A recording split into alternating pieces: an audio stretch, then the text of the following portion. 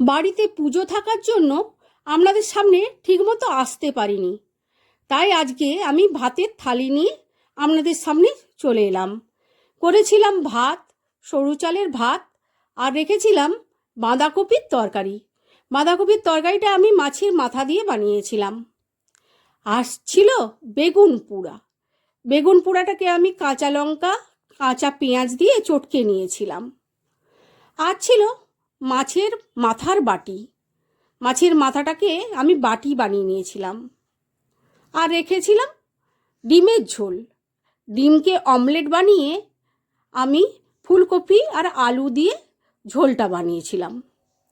আর last পাতে ছিল চাটনি। Tomato দিয়ে আমসত্ত্ব দিয়ে আমি চাটনিটা বানিয়ে নিয়েছিলাম। আজকে আমি সব পাতাই সাজিয়ে দিলাম। তোমাদের কার কেমন লাগলো জানিও। ভালো থেকো।